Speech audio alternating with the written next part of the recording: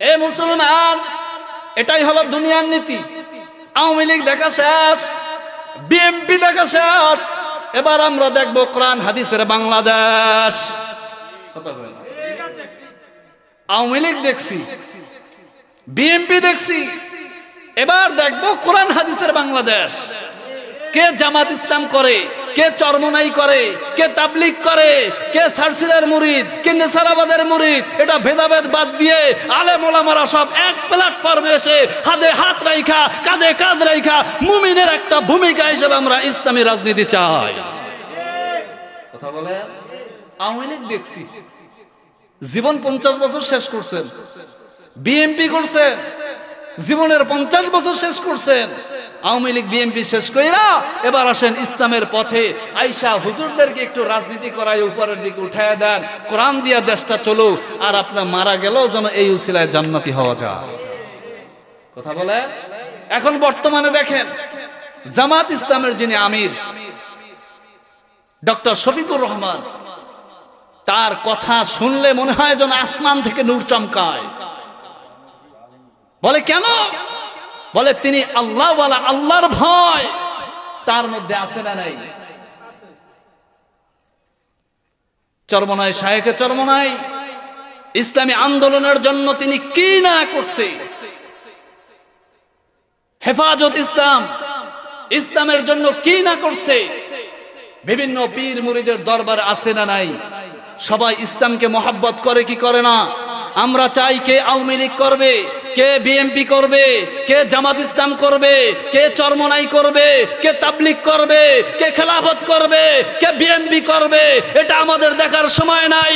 এখন শুধু সময়ের দাবি ইসলাম আছে যেখানে আমরা আছি। কথা বলেন, ইসলাম আছে যেখানে।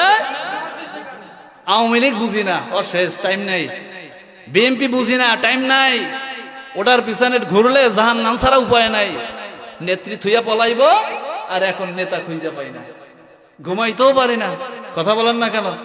কিন্তু আমরা চাই ইসলামী জোট যেই হোক না কেন, ইসলামী ক্ষমতায় আসতে যা কিছু প্রয়োজন হোক না কেন, দ্বীনের খাতিলে, ইসলামের খাতিলে, কোরআনের খাতিলে, নবীর মহব্বতে কাঁধে কাঁধ মিলিয়ে হাতে হাত মিলিয়ে আমরা ইসলামের পক্ষে আছি না নাই? কোরআনের পক্ষে আছি না নাই? নবীর পক্ষে আছি না নাই? ছিলাম, আছি, থাকবো। যদি বলেন ছিলাম, আছি।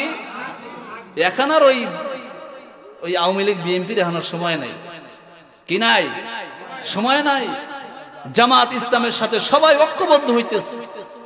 ভাই, একটা মানুষ রাজনীতি একটা দল করতেই পারে। আপনি আওয়ামী লীগ করছেন, আপনাকে কেউ নিষেধ করছে? আপনি বিএনপি করছেন, আপনাকে কেউ নিষেধ করছে নাকি? জামাত ইসলাম করবে, তাকে কেউ নিষেধ করবে নাকি? চরমনাই করবে, তাকে কেউ নিষেধ করবে নাকি? সারসিনার মুরিদ হবে, তাকে হইতে কেউ নিষেধ করবে নাকি? কিন্তু আমরা ভেদাভেদ, হ্যাঁ কিছু মাসআলাগত সমস্যা থাকতেই পারে। কি বলেন?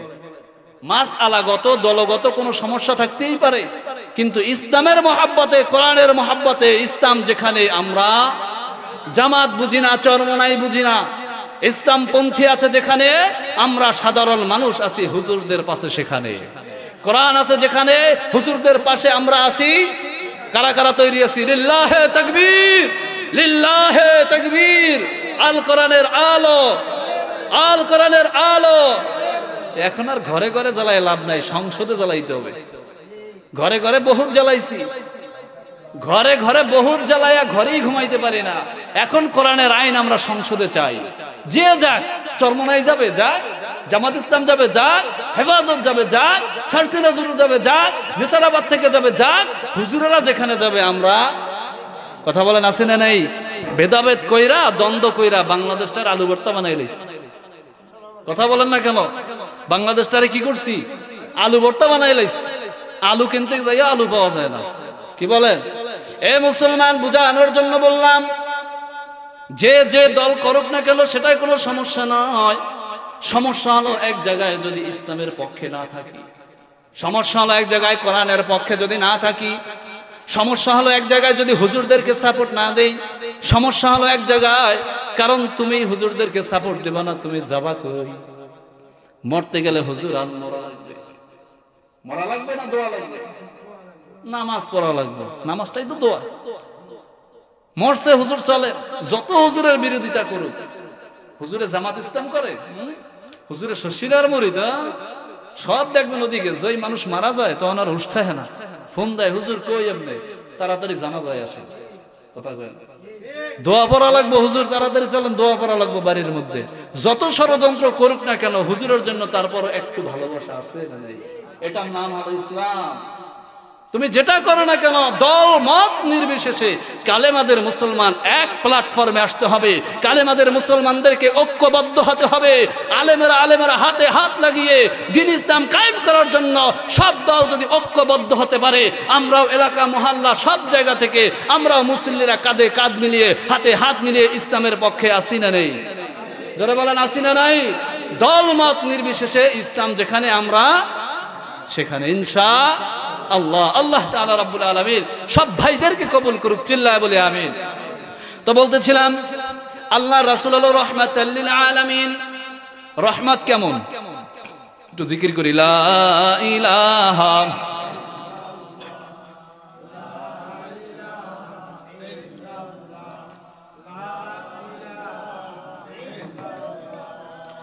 লা ইলাহা ইল্লাল্লাহু মুহাম্মাদুর রাসূলুল্লাহ সাল্লাল্লাহু। তো বলতেছিলাম ঈদে মিলাদুন নবী, যে ঈদে মিলাদুন নবীতে অনেক বিদআত আছে, ওই বিদআতগুলো আমরা করব না। নবীর জন্ম নিয়ে আলোচনা করা এটা তো হাদিসের কাজ, কোরআনের কাজ, আলেম ওলামাদের কাজ, মুসল্লি ভাইদের কাজ, ঠিক কিনা? কিন্তু বিদআত করা কোন মুসলমানের কাজ, জোরে বলেন, বিদআত করা কোন মুসলমানের কাজ। কুল্লু বিদআতিন দালালাহ, প্রত্যেকটা বিদআত গুমরাহ। সে বিদআত ছোট হোক আর বড় হোক, যেই বিদআত হোক না কেন, ইবাদতের জন্য যেই বিদআত করবা ওটাই মানুষ গোমরাহ হয়ে যাবে, পথভ্রষ্ট হয়ে যাবে। আমরা পথভ্রষ্টর কাতারে যাইতে চাই, আমরা যাইতে চাই নবীর সুন্নতের পথের দিকে, ঠিক কিনা? এখন আসুন ঈদে মিলাদুন নবী, এটা নিয়ে ফিতনা আছে না নাই? ওই যে ফিতনা কারা করে সেটাও বলে দিলাম। আমরা তো বিদআত করতে চাই না, চাই নাকি? নবীর নামে কেউ কেক কাটতে চান নাকি? কারণ এটা তো নবী করেন নাই, সাহাবীরা করেন নাই, তাবেঈনরা করেন নাই, এটা এখন পর্যন্ত কেউ করে নাই। কিন্তু বর্তমান সমাজে ভারত পাকিস্তান বাংলাদেশ মিলায়া কিছু লোক আছে বিদআত করে, সারা বছর খবর নাই, রোজা রাখে না, দাড়ি রাখে না, সুন্নত নাই, ঈদে মিলাদুন নবী আসলেই ইশকে রাসূল বের হয়। কথা বলেন, ঈদে মিলাদুন নবী আসলেই তাদের দিলের মধ্যে মনে হয় যেন কলব ছটফট করে, কতক্ষণ পর্যন্ত নবীর নামে কেক না কাটতে পারবে। আরে বাবা, নবীর নামে কেক কাটা তো বিদআত। এই বিদআত আমরা করতে চাই না। ঈদে মিলাদুন নবী করব, ঈদের মিলাদুন নবী, নবীর জন্ম নিয়ে আলোচনা করব, নবীর পারিবারিক নিয়ে আলোচনা করব, নবীর সামাজিক নিয়ে আলোচনা করব, নবীর যত রাষ্ট্রীয় কাজ করেছে রাষ্ট্র নিয়ে আলোচনা করব, তার জন্ম টোটাল কোন বছর কোন কাজে ব্যয় করেছে, এই মাসটায় যদি এই নিয়ে একটু আলোচনা করা যায়, ইমানের ব্যাটারিতে একটু চার্জ। কথা বলেন, ইমানের ব্যাটারিতে একটু চার্জ।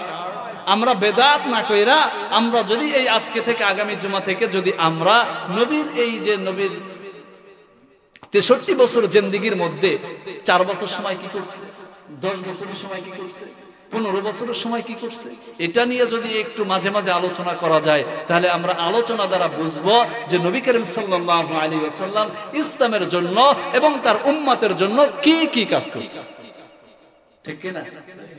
তা আল্লাহ সুবহানাহু ওয়া তাআলা যতটুকু আলোচনা করেছি আমি সহ সব ভাইকে আমল করার তৌফিক দান করুক, চিল্লায় বলি আমিন। আরেকটু আস্তে কোন আমিন। তো আল্লাহ তাআলা রব্বুল আলামিনের প্রশংসা আদায় করব, যে মহান আল্লাহ তাআলা রব্বুল আলামিন রবিউল আউয়াল মাস চলতেছে, আমরা শুধু ইংরেজি মাস হিসাব করি, বাংলা মাস। নবী যে কোন মাসে আসছে কোন মাসে গেছে 12টা মাস কি তাও আমরা জানি না, নামের মুসলমান কামের মুসলমান নয়। কিন্তু এই ঈদে মিলাদুন নবী নিয়ে ব্যাপক আলোচনা থাকে, এগুলো তো আর শেষ করা যায় না, হাদিস কোরআন আলোচনা শেষ করা যায় নাকি? তারপরও আপনারা যদি জুমায় একটু আগে আগে আসেন, তাহলে একটা আলোচনা নিয়ে একটু ফিনিশিং এর দিকে যাওয়া যায়, ঠিক কি না? তা আল্লাহ তাআলা রব্বুল আলামিন আমাদেরকে কবুল করুক, সকলে বলে আমিন। ওয়া আখিরু দাওয়ানা আলহামদুলিল্লাহি রাব্বিল আলামিন। আসসালামু আলাইকুম ওয়া রাহমাতুল্লাহি তাআলা ওয়া বারাকাতুহু। বললেন প্রত্যেকটা বিদআত গুমরাহ। যেই জিনিস আগে ছিল না এখন ইবাদত বইলা আমরা করি, সেটাই বিদআত। সংক্ষেপে বুঝি, ইবাদতের জন্য ইবাদত করতে গিয়া আমরা এমন ফতোয়া বানাই ফেলাইছি যেটা নবীর যুগে ছিল না, ওটা এখন বর্তমানে কইরা ভেজাল আছে না নাই? কুল্লু বিদআতিন দালালা, প্রত্যেকটা বিদআত গুমরাহ। বিদআত কি? আমরা তো এখন বিদআতে সাইয়া বিদআতে হাসানা বানাই ফেলাইছি। বলে নবীর যুগে টাইস করা মসজিদ ছিল না, এখন টাইজ হইছে। এখন প্রশ্ন হলো এটা কি বিদআত? কথা বলতে হবে, এটা কি বিদআত? না। কেন? বলে এটা ইবাদত না, এটা ইবাদতের জন্য বানানো হয়েছে। মাইকটা বিদআত না। মাইক দিয়ে আমরা আলোচনা করি, মাইকটা ইবাদতের মধ্যে না, মাইকটা ইবাদতের বাইরে, অর্থাৎ ইবাদতের জন্য মাইকটা হয়েছে। মাইকটা দিয়ে আজান হয়, মসজিদের মধ্যে নামাজ হয়, এটা হলো ইবাদতের জন্য নাকি ইবাদতের মধ্যে? ইবাদতের জন্য। আমরা যে ঘরটা বানাইলাম আল্লাহর ঘর, এটা ইবাদতের জন্য, এটা ইবাদত না। মাইকটা বানাইছি, মাইকটা ইবাদতের জন্য, মাইকটা ইবাদত না। কিন্তু বাড়াবাড়ি হয় তখন আমরা যখন ইবাদতের মধ্যে ফিতনা সৃষ্টি করি। কথা বলে এ মুসলমান ইমানদার, আল্লাহ তাআলা বলেন ওয়া মা আরসালনাকা ইল্লা রাহমাতাল লিল আলামিন। দুনিয়ার জমিনের মধ্যে আমি নবীকে পাঠাইলাম, এটা হলো সারা দুনিয়ার জন্য রহমত। বলে কেমন রহমত, বরকত কেমন? এই মুসলমান ইমানদার আল্লাহর গোলাম, আল্লাহ রাসূল বললেন যারা জান্নাতে যাইতে চাও, আমি আল্লাহ রাসূল আমার সুন্নাত আদায় করে নাও। সুবহানাল্লাহ। দাড়ি রাখা কি? দাড়ি রাখা ওয়াজিব, এক মুষ্টি রাখা সুন্নাত। দাড়ি রাখছি, কাইটা এক মুষ্টি রাখছি, এক মুষ্টি রাখাটা হলো সুন্নাত, দাড়ি রাখাটা হলো ওয়াজিব। দাড়ি রাখা কি? ওয়াজিব। কিন্তু আমরা আশিকে রাসূল দাবি করি, ঈদে মিলাদুন নবী আসলে খাওয়ার জন্য পাগল হয়ে যাই, মিছিলের জন্য পাগল হয়ে যাই, নবীর সুন্নাত নাই। কথা বলেন, এটা আছে না নাই? আপনাদের এদিকে না থাকলে উত্তর অঞ্চলে আছে। রবিউল আউয়াল আসলে রাস্তাঘাট ফাটাই ফেলে, একদম মিছিল, নবীর নামে কেক কাটা শুরু করে, সম্পূর্ণ বিদআত। নবী তো এটা করেননি, কোনোদিন করছে নাকি? কোন সাহাবী করছে? কোন ঘটনা আছে নাকি? ভাবে নাই। বানোয়াট বানায়া নবীর নামে বিদআত শুরু করে দিয়েছে। তুমি যদি এতই আশিকে রাসূল দাবি করো, পাঁচ ওয়াক্ত নামাজে নাই, নবীর সুন্নাত নাই, নবীর সুন্নতের জামা নাই, টুপি নাই, কিচ্ছু নাই, শুধু ঈদে মিলাদুন নবী আসলে এক মাস শুধু লাফাইব, মনে হয় যেন ইবাদত এক মাস। ইবাদত কয় মাস? 12 মাস নয়। আমার জীবন যতদিন ইবাদত, 12 মাস তো 1 বছর, তারপর 12 মাস হলো 1 বছর, তারপর কি? 1 মাস হলো 30 দিন, তারপর কি? আমার জীবন আছে যতক্ষণ, আমার ইবাদত আছে ততক্ষণ। কার জন্য? জোরে বলেন, কার জন্য? আল্লাহর জন্য ইবাদত করো। আল্লাহর জন্য বান্দা তুমি ইবাদত করো। যদি তুমি আল্লাহর জন্য ইবাদত করতে পারো গো, আমার আল্লাহ তাআলা রব্বুল আলামিন নবীর খাতিলে তোমার জিন্দেগীর গুনাহগুলো maaf করিয়া তোমার জন্য জান্নাত দেওয়ার জন্য আল্লাহ প্রস্তুত আছে। কেন জানো? জান্নাতটা আমাদের জন্যই আমার আল্লাহ বানাইছে। এই জান্নাতে না যাইয়া যদি জাহান্নামে যাই, আল্লাহর কোনো দোষ নাই, দোষটা হলো আমার। জান্নাত কার? বলি, বুকে হাত দিয়ে বলি, জান্নাত কার? জান্নাত আমার। দ্বীন ইসলাম কার? আমার। কোরআন কার? আমার। নবী কার? আমার। সুন্নাত কার? আমার। সব ইবাদত আমার। কিন্তু ইবাদতে না যাইয়া আমরা জাহান্নামের দিকে যদি যাই, দোষ আল্লাহর না আমার? আল্লাহ তো দিছে তোমাকে জান্নাত, যাও তুমি জান্নাতে। কিন্তু বুঝা শুই না আমরা যাই জাহান্নামে, দোষটা কার?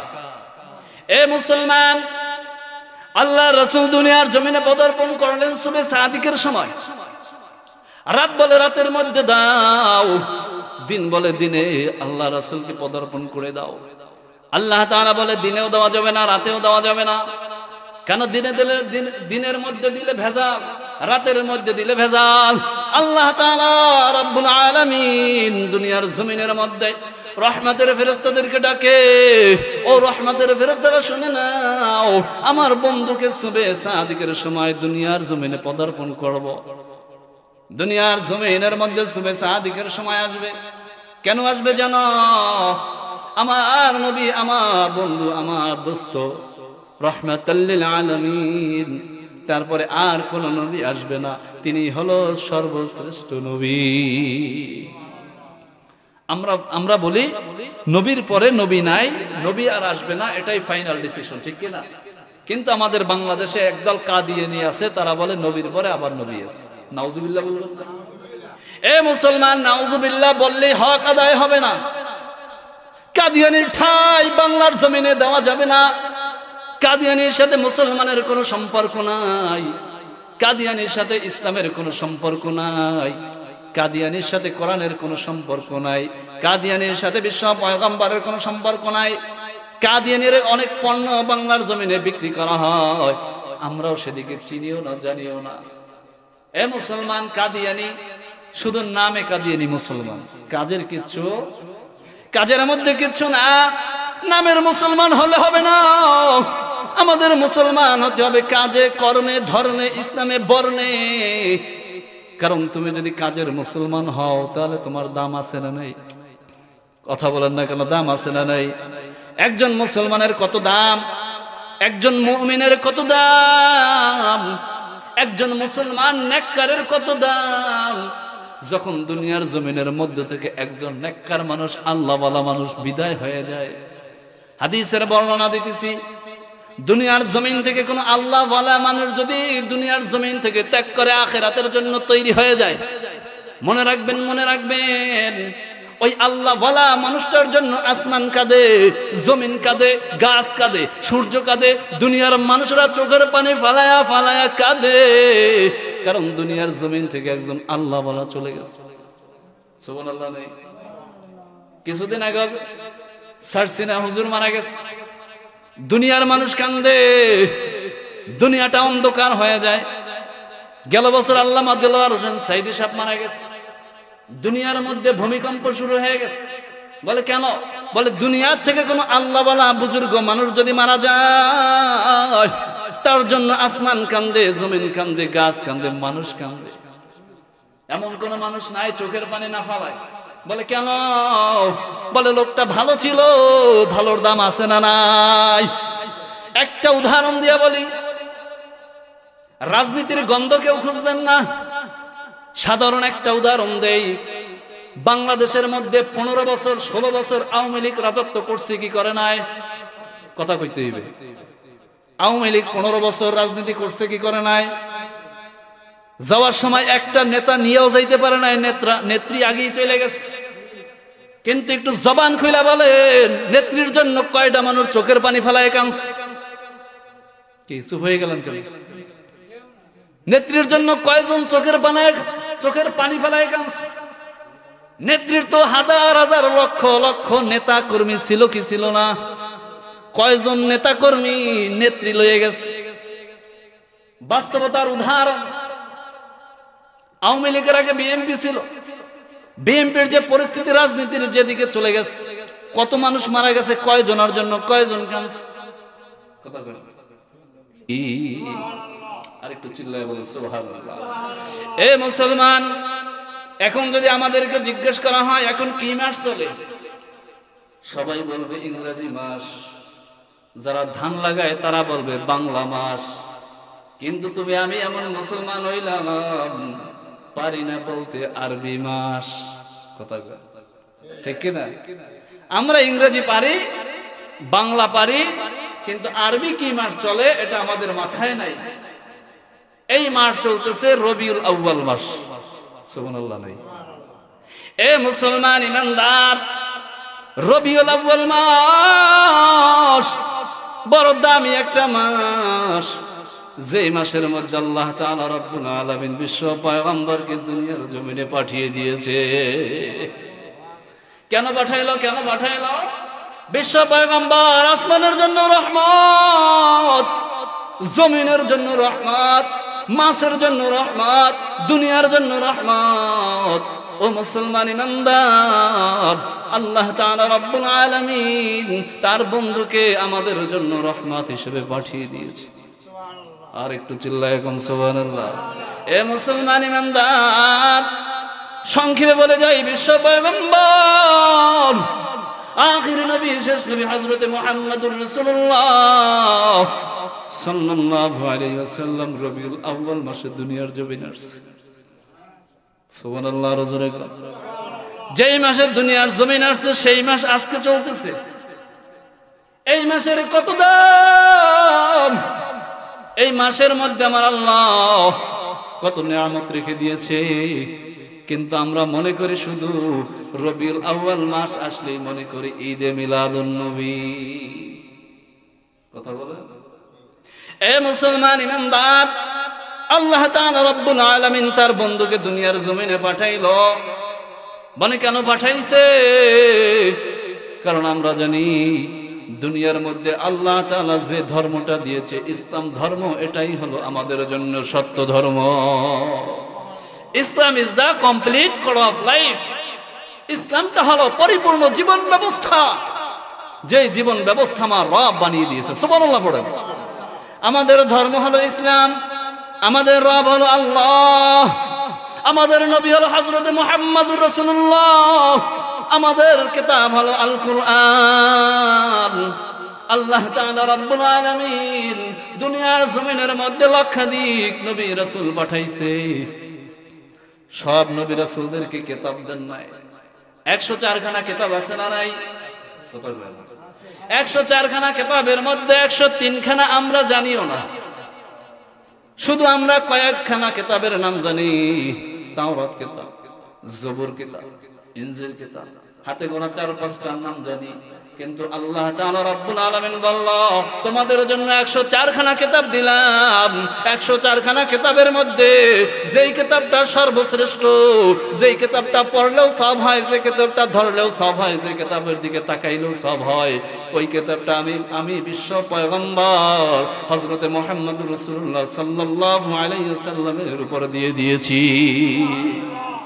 আল্লাহ রাসূলকে একবার প্রশ্ন করা হলো, ইয়া রাসূলুল্লাহ, ইয়া হাবিবাল্লাহ, আপনি ম্যাক্সিমাম সময় সপ্তাহে 2 দিন রোজা রাখেন কেন?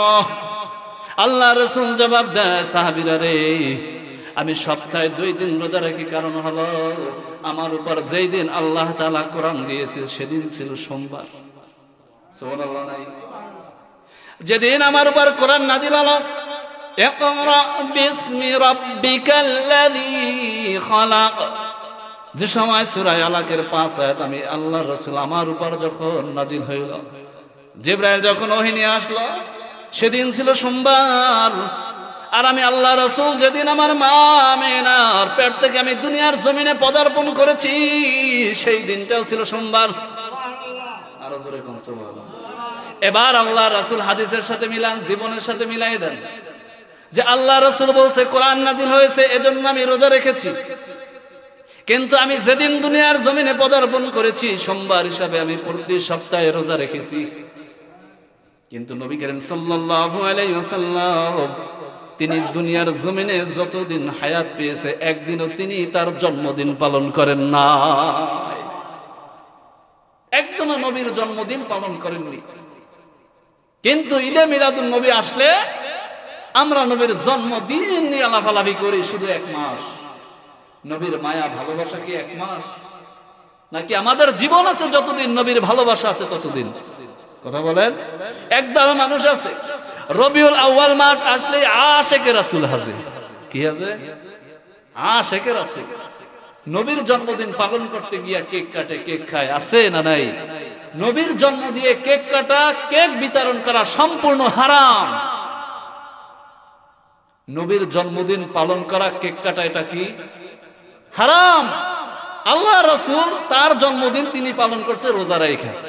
তুমি এত বড় আশিকে রাসূল যদি দাবি করতেই চাও, নবীর মহব্বত যদি তোমার অন্তরে ঢুকাইতেই চাও, তুমি নবী যেভাবে করে রোজা রাখছে তুমিও রোজা রাখো।